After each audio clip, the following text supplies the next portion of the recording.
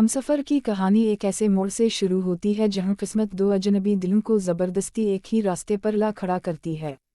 दानिश तैमूर एक मजबूत, खौददार और माजी की तलखीम में जकड़ा हुआ शख्स है जिसने मोहब्बत पर यकीन करना छोड़ दिया है। उसके लिए रिश्ते सिर्फ जिम्मेदारी होते हैं, एहसास नहीं।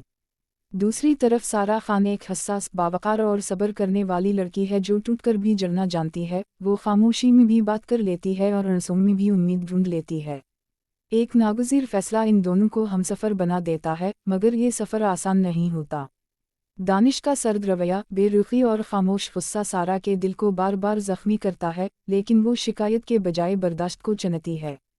हर रात सारा अपने आंसू तकिए में छुपा कर ये सोचती है कि शायद कल दानिश बदल जाए, जबकि दानिश अपने दिल में ये मानने से इनकारी रहता है कि सारा की मौजूदगी इसके अंदर की वीरानी को आहिस्ता आहिस्ता भर रही है।